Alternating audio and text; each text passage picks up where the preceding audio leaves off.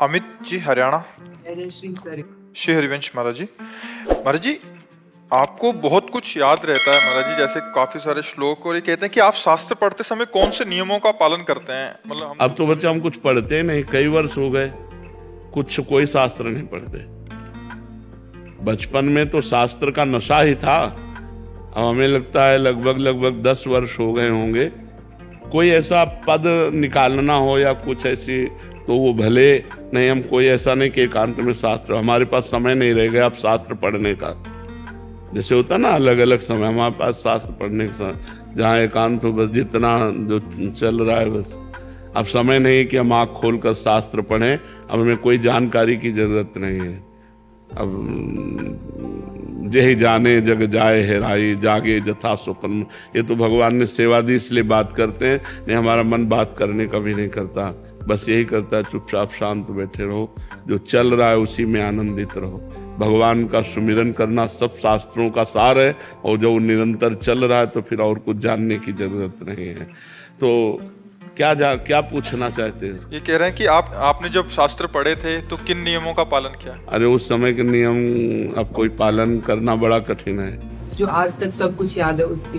ब्रह्मचर्य, प्रधान लक्षण ब्रह्मचर्य। किडनी खराब है, बैठने लायक नहीं है, अगर कुछ भी हो रहा तो भगवान की कृपा और ब्रह्मचर्य।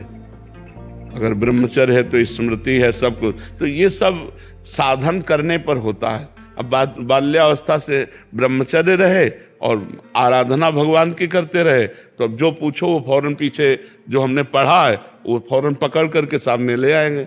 मतलब मैं ये कहना चाह रहा था कि जैसे आप बता देते थे कि पद्मासन और सिद्धासन लगाने की मैं कोशिश करता हूँ, तो उससे जो मुझे फायदे मिले कि खाना कम हो गया, नींद भी कम हुई और मेमोरी पावर बढ़ी। मतलब मेरे पिछले मार्क्स की तुलना में अब की बार ज्यादा भी आए। तो मैं पूछ रहा हूँ कि सांसारिक लक्ष्य को भी प्राप्त करने के लिए हम ब्रह्मचर्य।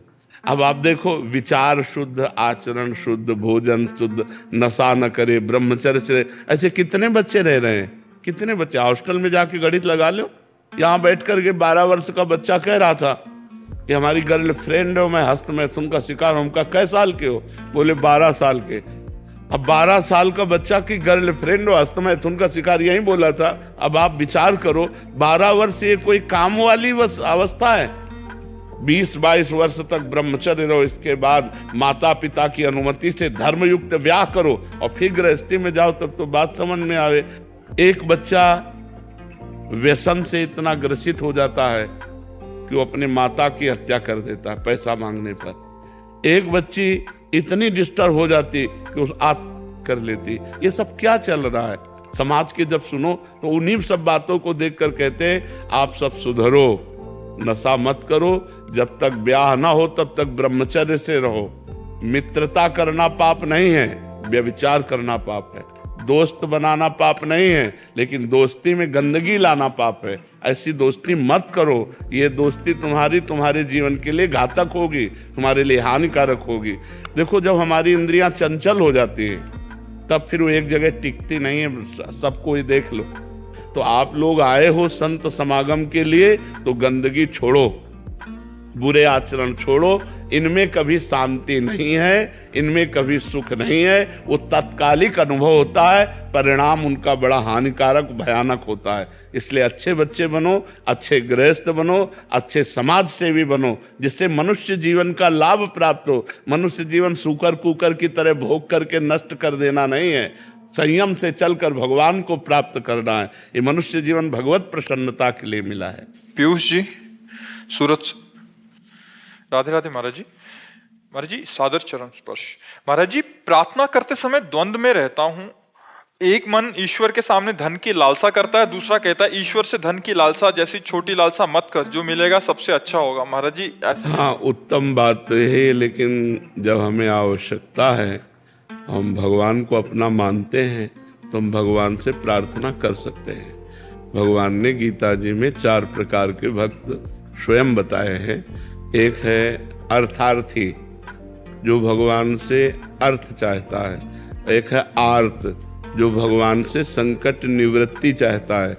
एक है जिज्ञासु, जो भगवान को जानना चाहता है। एक है ज्ञानी, जो भगवान को जान चुका है। जो भगवत स्वरूप हो चुका है। तो 4 प्रकार के भक्त, इसमें केवल भगवान से चाहना है। हम प्रयत्न कर रहे हैं, कर्तव्य कर रहे हैं, लेकिन भरोसा भगवान पर है, वो हमें देंगे। ये मांगना कोई दोष नहीं है, क्योंकि भगवान ने स्वीकार किया है। अर्थार्थी भक्त, जो जैसे ध्रुव जी ने जब महाराज उत्तानपाद की गोद में बैठना चाहा, तो जो महाराज की दूसरी पत्नी थी, उनका नाम था सुरुचि, उन्होंने एक थप्पड़ मारा और कहा कि अगर इस चक्रवर्ती सिंहासन पर बैठना है तो मेरे गर्भ से पैदा होना पड़ेगा। तो सुनीति से पैदा हुआ है, इसलिए जा नारायण की तपस्या करो, मेरे गर्भ में प्रकट हो, तब तू इस सिंहासन का अधिकारी। कठोर शब्द बोले। ध्रुव जी माता सुनीति के पास गए और कहा, माँ विमाता ने ऐसा ऐसा। तो उनका बेटा ठीक कहा है महाराज, मुझे पत्नी के आप तो दासी भी नहीं समझते हैं। यदि तुम भगवान नारायण की तपस्या करो, नारायण को प्रसन्न करो, तो जो चाहोगे वो प्राप्त हो जाएगा। सही सलाह दी माँ ने। ध्रुव जी 5 वर्ष की अवस्था के थे, दृढ़ निश्चय किया 5 वर्ष के बालक ने कि भगवान नारायण को प्रसन्न करके मैं ऐसा पद प्राप्त करूंगा जो मेरे पिता और पितामह को भी प्राप्त नहीं है। पिता उत्तानपाद, पितामह मनु जी और प्रपितामह ब्रह्मा जी, ज्यादा सृष्टि नहीं, बिल्कुल नजदीक ही है। ध्रुव जी निकले नगर से बाहर, तो जब कोई भजन करने का भाव करता है तो भगवान किसी संत से मिला देते हैं। तो देवर्षि नारद जी मिल गए। देवर्षि नारद जी को प्रणाम किया ध्रुव जी ने। तो ध्रुव जी से पूछा कि तुम 5 वर्ष की अवस्था के हो और बिना किसी सुरक्षा के राजकुमार हो, कहाँ जा रहे हो? तो उन्होंने कहा, मैंने निश्चय किया है कि मैं एकांत क्षेत्र में जाकर भगवान का भजन करके भगवान नारायण को प्रसन्न करूंगा। अच्छा, तो तुम्हारे पिता की गोद में बैठने के लिए तुम्हारी विमाता ने मना किया, इसलिए मैं चलो अभी चक्रवर्ती सम्राट पद का अभिषेक करवा देता हूं, अभी आदेश करूंगा उत्तानपाद तुम्हारा अभिषेक कर दे।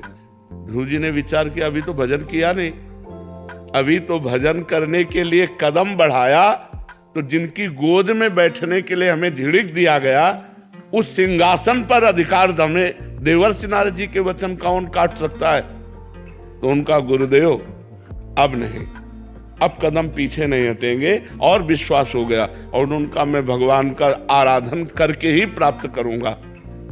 तो उनका जंगल है, पहले प्रलोभन दिया, फिर भय दिखा रहे हैं। जंगल है, सिंह भेड़िया बड़े बड़े ऐसे जानवर तुम्हें खा जाएंगे, तुम जंगल में कैसे तपस्या करोगे?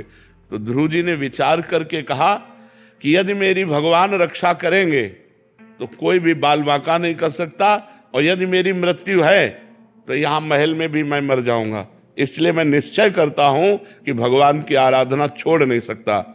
देखा चेला पक्का, तो वहीं गुरु मंत्र दे दिया 12 मंत्र का, और कहा जाओ भगवान तुम पर कृपा करे। तो ये मथुरापुरी में आए, मधुबन मथुरापुरी को कहते हैं, और यहीं आकर यमुना के पावन तट पर 12 मंत्र का अनुष्ठान किया। मथुरा भगवान की नित्य सिद्ध स्थली है, वैसे भी भगवान प्रकट हुए, लेकिन शास्त्रों में मथुरा की बड़ी महिमा वर्णन की गई है।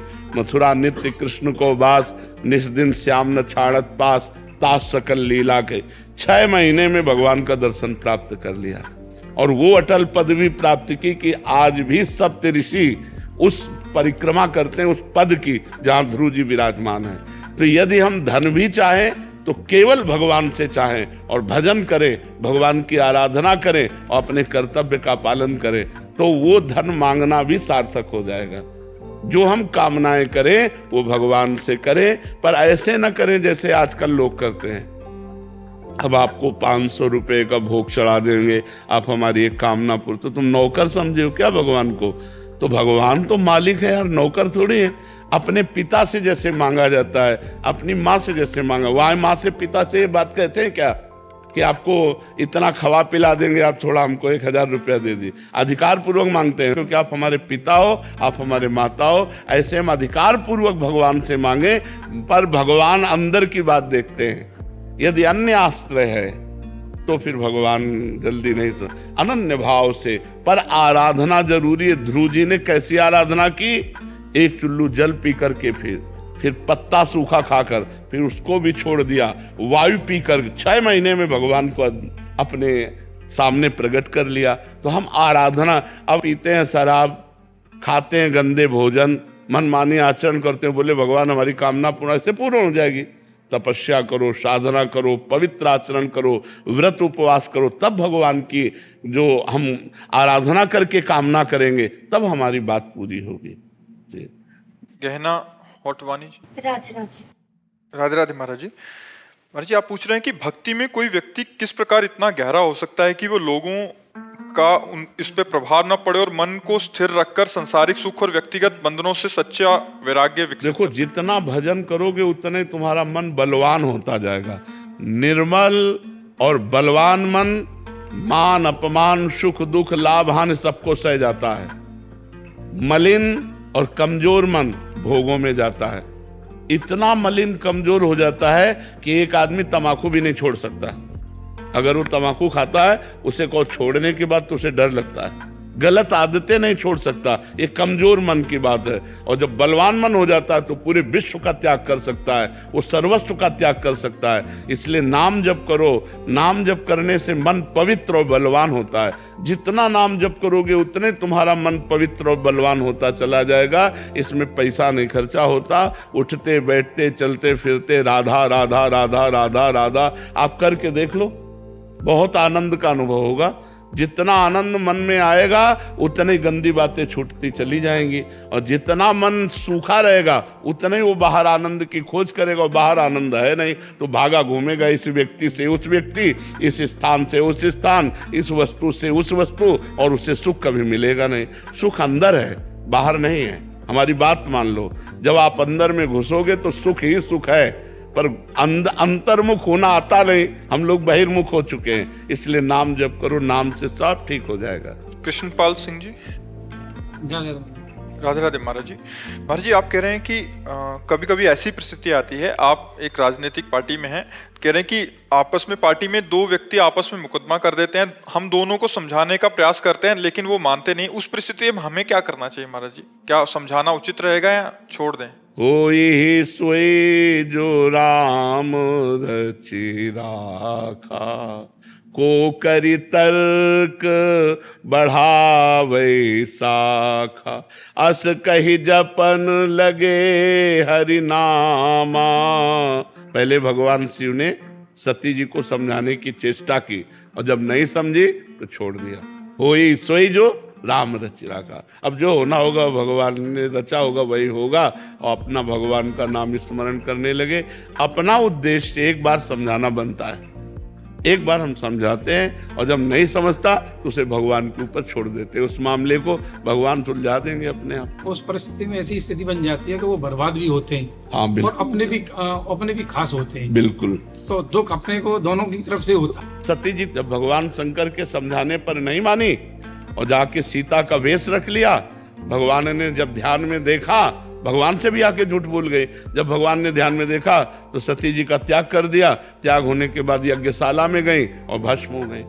तो अगर ठीक समझाने वाले की बात ना समझी जाएगी तो बर्बाद तो होना ही पड़ेगा, नष्ट होना ही पड़ेगा। अब आपको धैर्यपूर्वक भगवान का नाम जप करते हुए ये देखना पड़ेगा, क्योंकि समाज बिना शास्त्र और संतों के सुधर नहीं सकती। आपस का राग द्वेष, आप एक बढ़ रहा है तो दूसरा ईर्ष्या कर रहा है, जरा जरा सी बात में लड़ाई झगड़ा हो रहा है। हम संतोष, धैर्यवान, गंभीर तभी बनेंगे जब शास्त्र स्वाध्याय करें, भगवान की आराधना करें, नाम जप करें। अब कहाँ शंकर जी के मंदिर गांव गांव बने हैं, लेकिन गांव के कितने लोग पानी चढ़ाने जाते हैं हमें ये बताओ। मंदिर बने हैं, बड़े बड़े मंदिर बने, लेकिन एक लोटा केवल स्नान करके चले जाओ और जल चढ़ाया तो तुम्हारी बुद्धि शुद्ध हो जाए, थोड़ी आराधना तो कर लो। लेकिन नहीं, अब तो चलने लगा है बेड टी। भाई पहले लोग पानी भी नहीं पीते थे, सूर्य को अर्घ देकर शंकर जी की आराधना, माता पिता की आराधना। 8-9 बजे तक सोना है तो शंकर जी को कौन जल चढ़ाने जाए, कौन आराधना करे? तो भाई इसीलिए बुद्धि शुद्ध कैसे रहेगी? बुद्धि कैसे शुद्ध रहेगी? और जब आप आराधना नहीं करेंगे तो निश्चित नशा करेंगे, ये पक्की बात है। अगर भगवत आराधना नहीं करेंगे तो किसी न किसी व्यसन के अधीन हो जाएंगे, और व्यसन जिसके जीवन में तो बर्बादी तो है ही है। कोई ऐसा बिरला ही होगा जो इन नशों से बच करके हमारी समाज सेवा करना चाहे। कोई बिरला ही ऐसा होगा जो इन व्यसनों को ना करे, पराई माता बहनों की तरफ गंदी दृष्टि न रखे और फिर समाज सेवा करे। सन्नी खंडेलवाल जी, जयपुर। श्री हरिवंश महाराज जी। महाराज जी राधे राधे। महाराज जी, श्री जी भी हमें प्यार करती हैं, ये हमें कैसे पता चलेगा? उनकी हम पर नजर है, ये कैसे पता चलेगा? जब खूब नाम जप करोगे,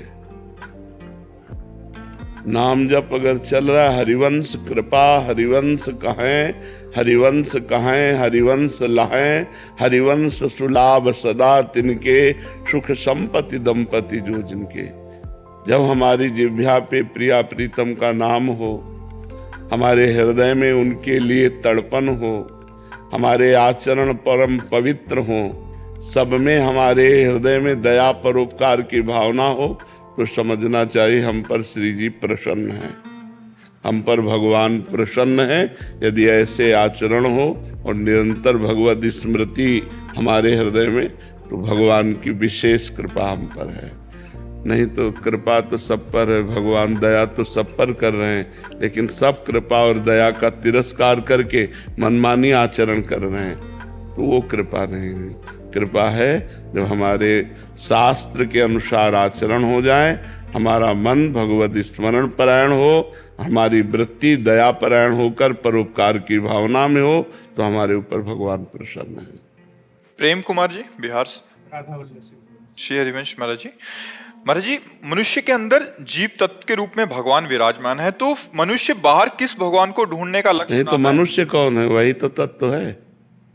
अपने को भूल गया और शरीर मान लिया, इसीलिए भ्रमित हो रहा है। अब साधना करो, अज्ञान नष्ट हो, शरीर भाव क्षीण हो, तो ब्रह्म भाव प्रकट हो जाए, जो है वही प्रकट हो जाए। जैसे निर्मल और शांत जल में नीचे क्या है ये दिखाई देता है, ऐसे निर्मल और शांत मन में परमात्मा स्वरूप का अनुभव होता है। अभी मलिन और अशांत मन है, इसे शांत करो, इसी की साधना है। पवित्र भोजन पाओ, ब्रह्मचर्य का पालन करो, नाम जप करो, देखो मन शांत हो जाएगा। विचार प्रवृत्ति में नशा करो, गंदा भोजन करो, मन अशांत रहेगा, मन चंचल रहेगा। अशांत और चंचल मन संसार में जाता है, भोगों में जाता है। शांत और स्थिर मन परमात्मा में लगता है। समझ पा रहे हो? नाम जप करो, साधना करो। मनुष्य जीवन साधना के लिए मिला है। गुरु चरणों का आश्रय लेकर डट के साधना करो, तो अपने स्वरूप का बोध हो जाए। क्या नाम जाप करें? अब ये तो गुरु से आप में दे दीजिए एक बार राधा नाम। राधा राधा राधा राधा राधा। आपको नीरज मिश्र जी। राधे राधे महाराज जी। महाराज जी, गुरु से प्रश्न करने या पूछने की क्या मर्यादा है? गुरु अपराध ना बने ताकि। पहली बात तो जो हमें जानकारी हो वो प्रश्न ना करें। जो हमें शास्त्र और गुरुदेव से संतों से जानकारी हो गई है, उसे प्रश्न ना करें। परीक्षा के लिए उनके प्रश्न ना करें। दूसरी बात, जिस जानकारी में हमें संशय हो, नम्रता पूर्वक भगवान ने आदेश किया गीता में, प्रणिपातेन प्रश्नया। प्रणिपातेन साष्टांग दंडवत नम्र होकर, दे प्रभु मेरे मन में ये जिज्ञासा है, हमारे मन में ये संशय है, बिल्कुल वास्तविक वो हृदय से पूछ रहा है, जो वो बता दे। उसमें यदि संतुष्टता ना हो, फिर हाथ जोड़ कर, प्रभु आपने बताया पर इसे और विस्तार से बताइए जिससे मैं समझ पाऊँ, मेरी समझ में नहीं आ रहा। जब हम जानकारी होते हुए उनकी परीक्षा के लिए प्रश्न करते हैं तो अपराध बनने की संभावना होती है। यदि हमें जानकारी नहीं है तो फिर हम जो उत्तर मिल रहा है उसमें संतुष्ट रहें। तो ऐसे प्रश्न करने से अपराध बनता है जहाँ हम नहीं करते जाएं और तर्क विवाद करते जाएं। ऐसे नहीं, संतों से अपनी जिज्ञासा शांत करने के लिए प्रश्न किया जाता है, तो वहाँ अपराध नहीं बनेगा। जहाँ हमें जानकारी है वो हम प्रश्न ना करें। जिस जानकारी में संशय है, जिज्ञासा है, उसको प्रश्न करें। भगवान के लीला चरित्रों का विस्तार से श्रवण करने के लिए बड़े बड़े ब्रह्म ऋषियों ने आपस में परस्पर प्रश्न उत्तर करके लीला रसास्वादन कराया है हम सबको, नहीं? चाहे रामायण में देखो, भागवत में देखो, तो प्रश्नकर्ता जब प्रश्न करता है तो उत्तर देने वाला और लीला चरित्रों का विस्तार रसास्वादन कराता है। तो या तो सिद्धांत जनित प्रश्न हो या लीला चरित्र संबंधी प्रश्न हो, अन्य फालतू प्रश्न नहीं होने चाहिए संतों की सभा में। नहीं तो कहीं ना कहीं अगर हम केवल भगवान की चर्चा करें तो कभी कोई हमारी जबान नहीं पकड़ सकता। लेकिन जब हम भगवान की चर्चा से नीचे उतरते हैं, क्योंकि समाज में जो व्यवस्थाएं चल रही हैं, तो जब वो प्रश्न आते हैं, जैसे आज देखो ये बॉयफ्रेंड गर्लफ्रेंड चला है, ये गंदी बातें चली हैं, ये हमारे समाज के लिए बहुत हानिकारक है। एक गृहस्थ जीवन, देखो आप गलत हो लेकिन आप गलत पत्नी नहीं चाहोगे, वो गलत है लेकिन वो गलत पति नहीं चाहेगा। फिर गलती रखो क्यों? जब तुम्हें शुद्ध पत्नी चाहिए तो तुम शुद्ध पति बनो, तुम्हें शुद्ध पति चाहिए तो शुद्ध पत्नी बनो। शुद्ध का मतलब होता है केवल व्यभिचार से नहीं, आचार शुद्ध आपके, कोई नशा नहीं करते, आचरण शुद्ध आपके, विचार शुद्ध आपके, तब आप एक बढ़िया गृहस्थ बन पाओगे। कितना सुंदर है, विवाह के पहले ब्रह्मचर्य रहो। अब 12-12, 14-14 वर्ष के बच्चे हैं, मोबाइल के कारण अपने ब्रह्मचर्य का नाश कर रहे हैं, गंदी बातें देखकर, गंदी बातें सुन के। तो हमें लगता है कि यदि हम अपने मनुष्य जीवन को सार्थक करना चाहते हैं तो कोई व्यसन न करें और व्यभिचार न करें और पवित्र जीवन व्यतीत करें, तो उसमें भक्ति आ जाएगी, ज्ञान आ जाएगा, सब आ जाए। अब भक्ति ज्ञान कहाँ से आवे जब हम गलत भोजन कर रहे हैं, गलत संग कर रहे हैं, गलत विचार रख रहे हैं, गलत आचरण कर रहे हैं, तो कहाँ से आएगा? तो अगर आप लोग सुधरें, आप लोग अच्छे, तो हमारी समाज सुधर गई, हमारा भारत सुधर गया। अब आप शराब पिए पड़े हैं किसी नाली के किनारे, या शराब पिए घर में जा रहे हैं, उसी शराब पीने वाले 100-150 रुपया की हरी सब्जी ले जाओ, फल फूल ले जाओ, तो पूरा परिवार बढ़िया खाए पिए आनंद से रहे।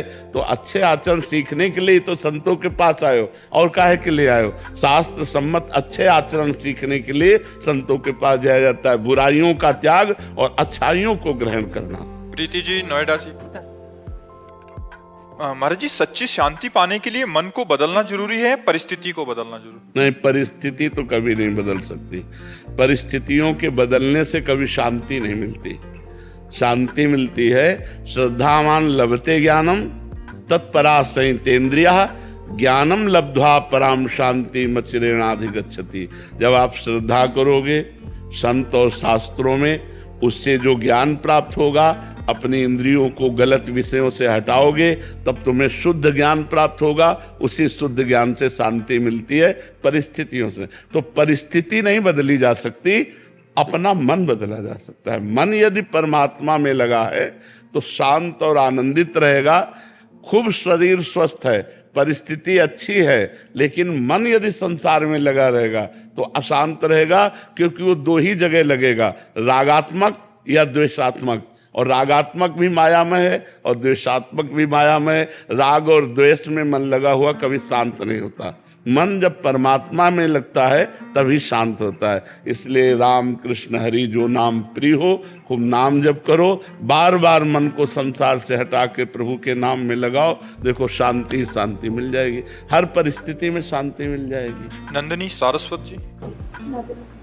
राधे राधे महाराज जी। महाराज जी, अगर हम सारे अच्छे कर्म करते हैं परंतु भगवान में विश्वास नहीं रखते तो क्या ये गलत है? क्या हमें इसका पाप लगेगा? नहीं, पाप तो नहीं लगेगा, लेकिन आपको अच्छे कर्म का पुण्य मिलेगा, कल्याण नहीं होगा। दो ही कर्म होते हैं, बुरे कर्म पाप, अच्छे कर्म पुण्य।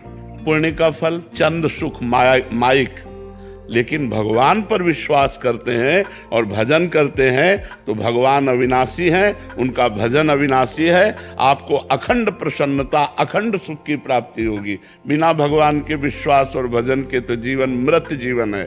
जिन हरि भगत हृदय नहीं आनी, जीवित सौ समान ते प्राणी। गोस्वामी तुलसीदास जी कहते, जिनके हृदय में भगवान की भक्ति नहीं, भजन नहीं, वो जीते जी मुर्दे के समान टहल रहे हैं। क्योंकि क्या है, कितना भी कमा लो, कितना भी खा लो, कितना भी भोग लो, मरोगे तो तुम्हारे साथ कुछ जाने वाला नहीं, और राम कृष्ण हरि जपा नहीं तो जीवन व्यर्थ ही तो गया ना। जो मरने के बाद हमें मिलने वाला है वो भगवान के भजन के बल से मिलता है, नहीं तो वही नरक वही स्वर्ग बार बार भोग कर फिर कीड़ा मकोड़ा कौन सी योनि में जाएं। इसलिए जीवन की सफलता भगवान पर विश्वास करके उनका भजन करना है। साहिल जी हरियाणा से। श्री हरिवंश महाराज जी मैं एक कॉलेज स्टूडेंट हूँ और अपने आखिरी पड़ाव में होने के कारण मेरा पूरा समय पैसे कमाने अथवा नौकरी आदि के बारे में सोचता रहता है। इस मन को सांसारिक धन, क्या सोचने मात्र से धन मिल जाएगा?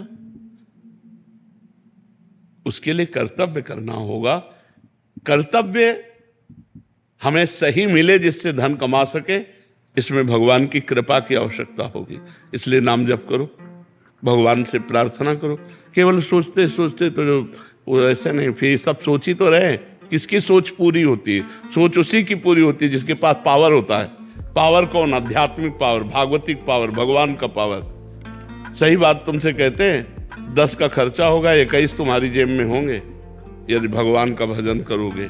इष्टा में कि 10 खर्चा करो और 11 में संतुष्ट रहो। ऐसे भगवान है कृपालु। अगर उनकी शरण लोगे तो सोच ही खत्म हो जाएगी और आनंदित हो जाओगे। न सोचते न कांक्षते। और ऐसे सोचते रहोगे तो डिप्रेशन में पहुंच जाता है आदमी। सोचा ही तो है, थोड़ा निगेटिव सोच आ गई तो डिप्रेशन में पहुंच जाता है। अभी पॉजिटिव है तो कंट्रोल में है।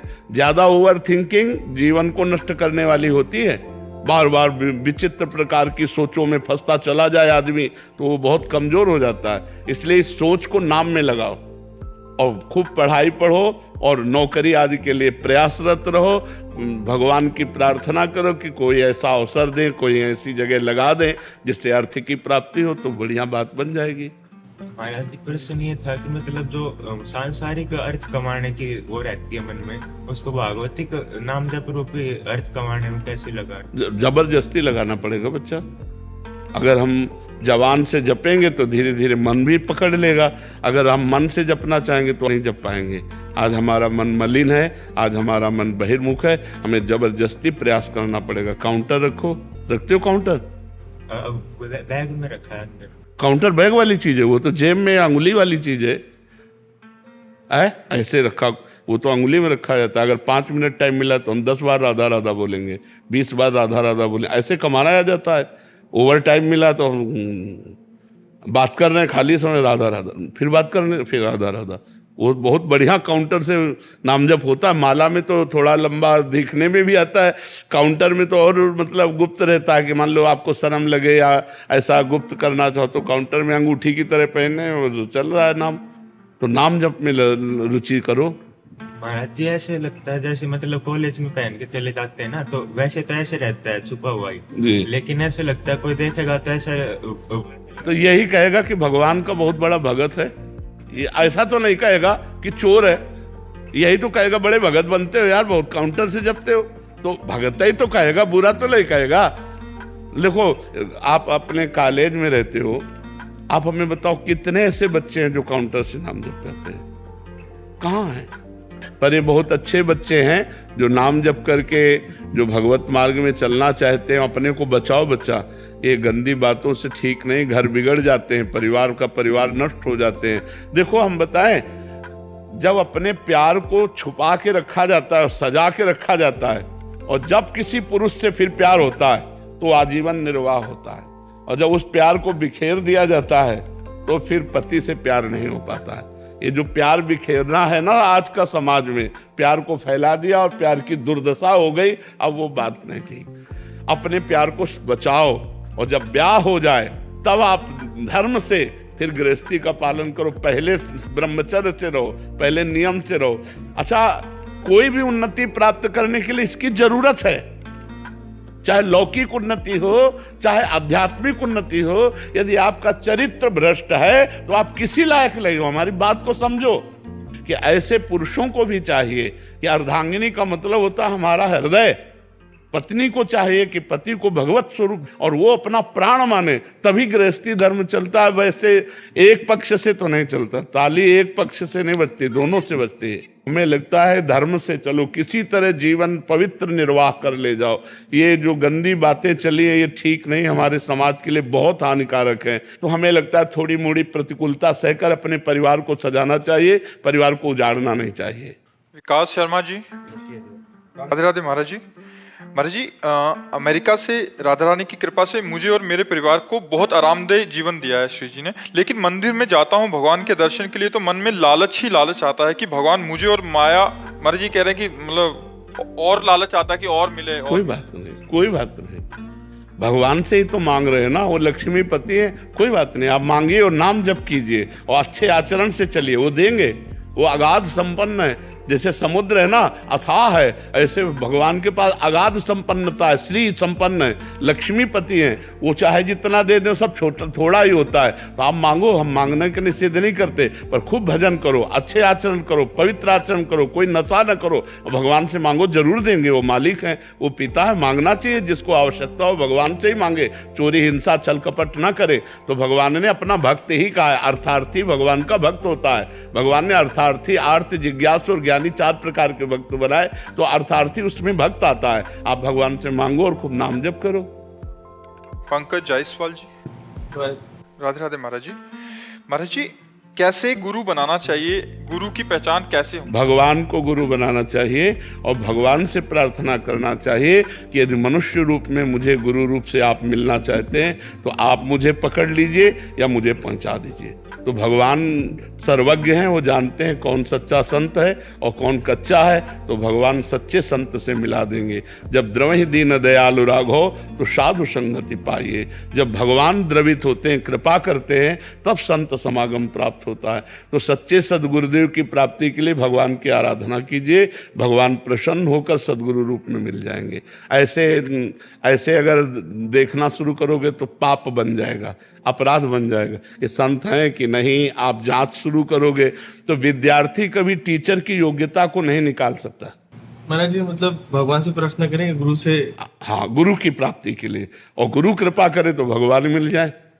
भगवान से प्रार्थना करनी चाहिए गुरु प्राप्ति के लिए, और भगवान जब मिलाएंगे तो सच्चे से मिला देंगे। वो जानते हैं कौन कैसा है।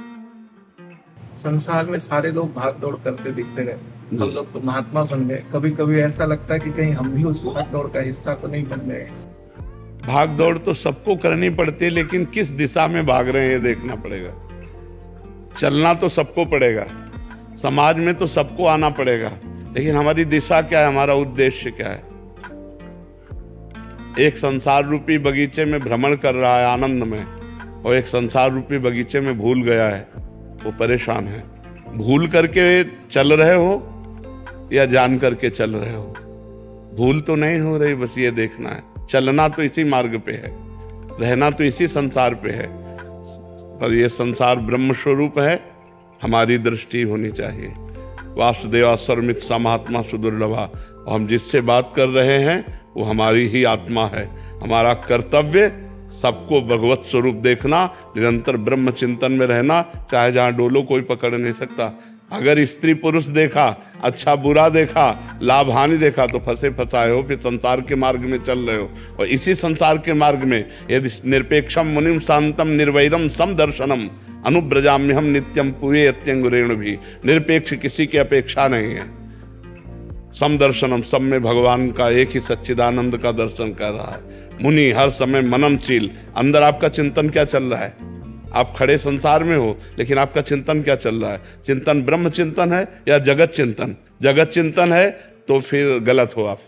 भगवत चिंतन निरंतर चल रहा है तो आप सही मार्ग में चल रहे हो। निरपेक्षम मुनिम मननशील शांतम, मान अपमान सुख दुख लाभ हानि कैसी भी परिस्थिति घटना हो, हमें अशांत नहीं होना, हर समय शांत रहना है। निर्वैरम, पूरे संसार में हमारा एक भी शत्रु न हो, हर समय भगवत चिंतन परायण, पूरा जीवन चाहे जहाँ डोलो कोई फर्क नहीं पड़ता, जहाँ चरण रखोगे वहीं तीर्थ हो जाएगा। तीर्थी कुर्वन्ति तीर्थानि, संतों को तीर्थ पावन नहीं करते, संत तीर्थों को पावन करने के लिए भ्रमण करते हैं।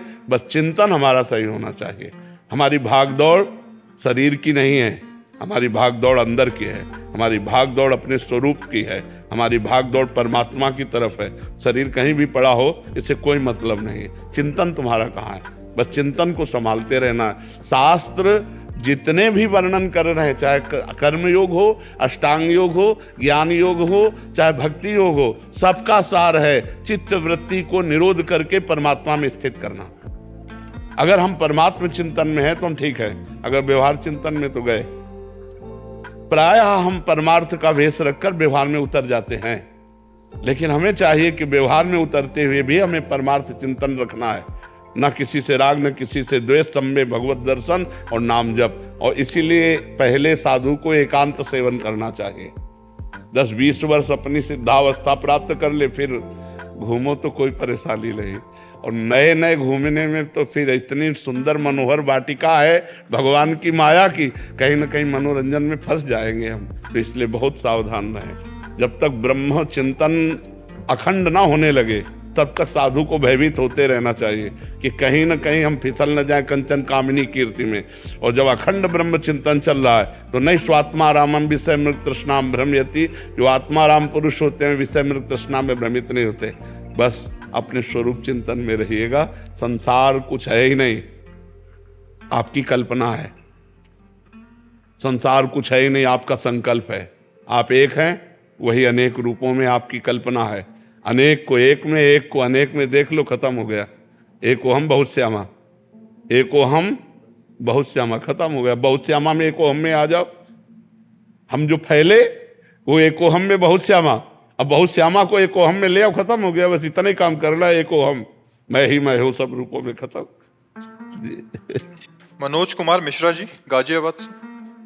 राधा वल्लभ श्री हरिवंश महाराज जी, अगर हम कुछ गलत कार्य करते हैं तो वो हमें अगले जन्म में भोगना पड़ता है, परंतु काम के दौरान मुझसे कुछ गलत कार्य हो जाता है या मैं जानकर भी कर देता हूं जिसका परिणाम मुझे तुरंत मिल जाता है, इसका मतलब मुझे आगे नहीं भोगना पड़ेगा उसको? ये तो कर्म की लघुता और गरिमा पर है कि आप जैसे ऐसा पाप किए हैं जो आपका इस जन्म में जो छोटा मोटा कष्ट मिल रहा है उससे आपको नरक भी भोगना पड़ेगा और अगली गंदी योनि भी मिलेगी। अगर छोटा मोटा कोई पाप है तो छोटी मोटी घटना में निपट जाएगा।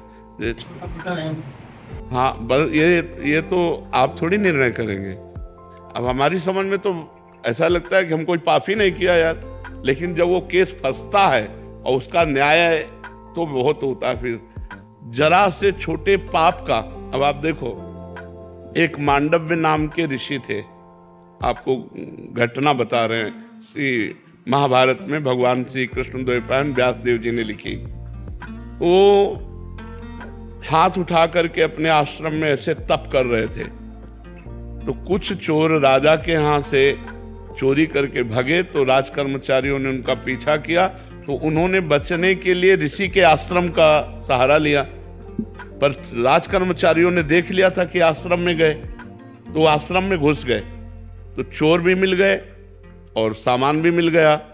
तो राज कर्मचारियों को लगा ये बाबा जी का ढोंग कर रहा है, मांडव्य ऋषि को ये चोर रखता है और चोरी करवा करके ऐसा, उनको भी बांध लिया।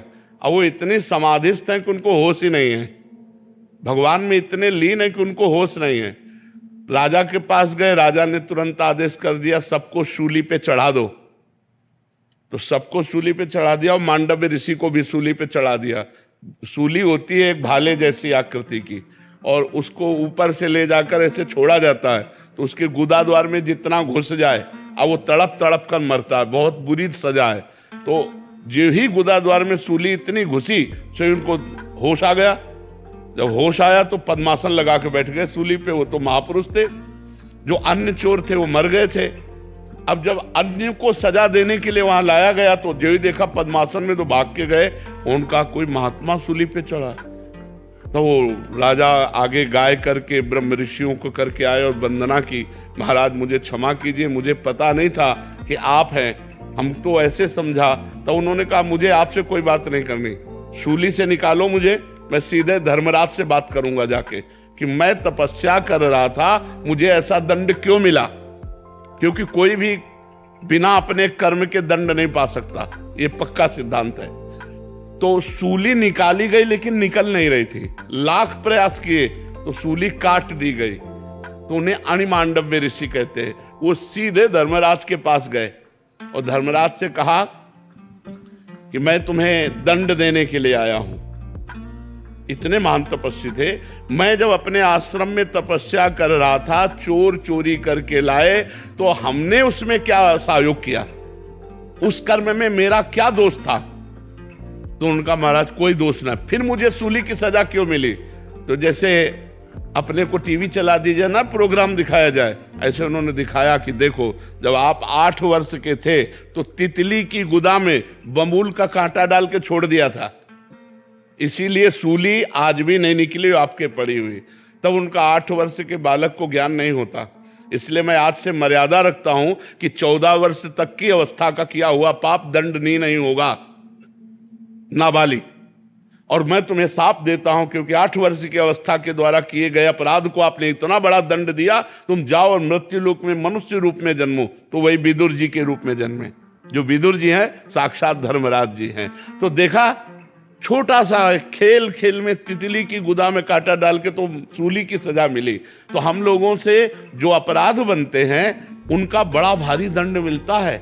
हमें देखने में लगता है कि क्या है पर स्त्री गमन, क्या है पर पुरुष गमन, लेकिन इसका 100 कल्प तक दंड मिलता है।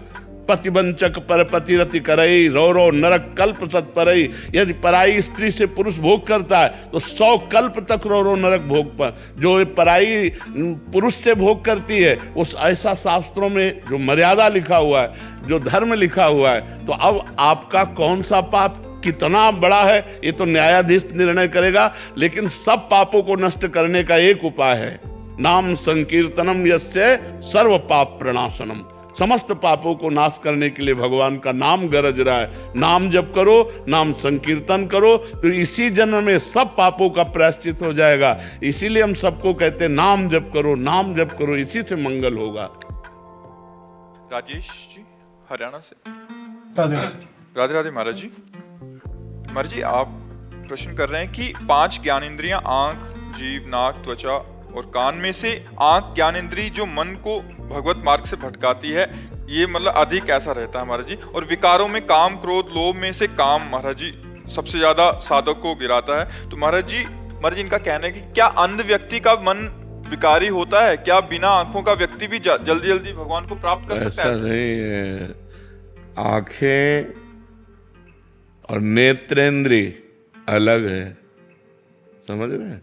ये नेत्र गोलक है, इनमें जो पावर है देखने का नेत्रेंद्रिक है, वो बिना नेत्र गोलक के भी देख लेगी। देखो आप, जब आपके नेत्र बंद होते हैं तो स्वप्न में आप देखते हैं ना, सब व्यक्ति, वस्तु, स्थान, पदार्थ देखते हैं ना। वो कहाँ से देखते हैं? उस समय तो नेत्र बंद होते हैं, नेत्र गोलक बंद होते हैं। देख लेती है कि नहीं देख लेती? आप जब कल्पना करते हैं तो कल्पना में जो दृश्य दिखाई देता है वो कहाँ से दिखाई देता है? नेत्रेंद्रिय से दिखाई देता है। तो ऐसा नहीं कि जो आंखों का अंधा है कि उसको भगवान के चिंतन में सहयोग, ऐसा कुछ नहीं। भगवान के भजन के द्वारा इन इंद्रियों की विषय वासना को शांत किया जाता है।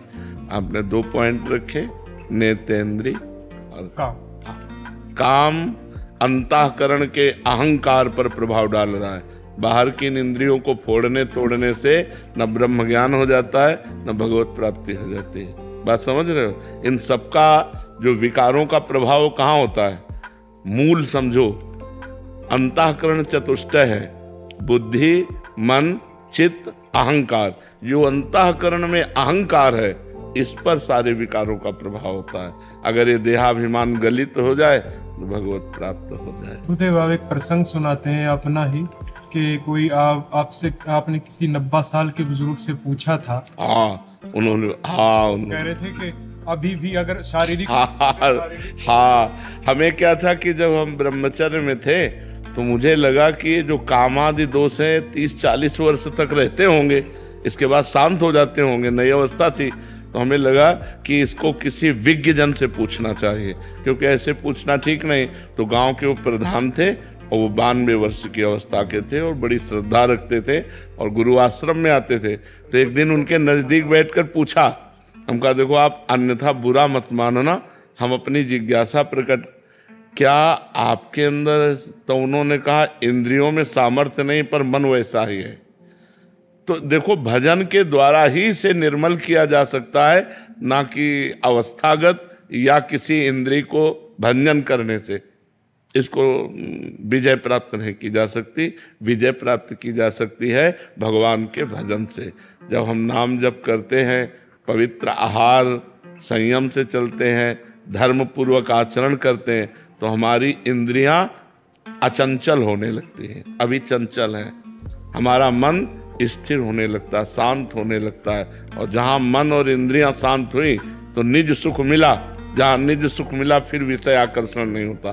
नहीं स्वात्मा रामम विषय मृग तृष्णाम भ्रमयति। आत्माराम पुरुष कभी विषय मृग तृष्णा में भ्रमित नहीं होता। तो ये भ्रम न रखे। भगवान ने कहीं ऐसा आदेश नहीं किया।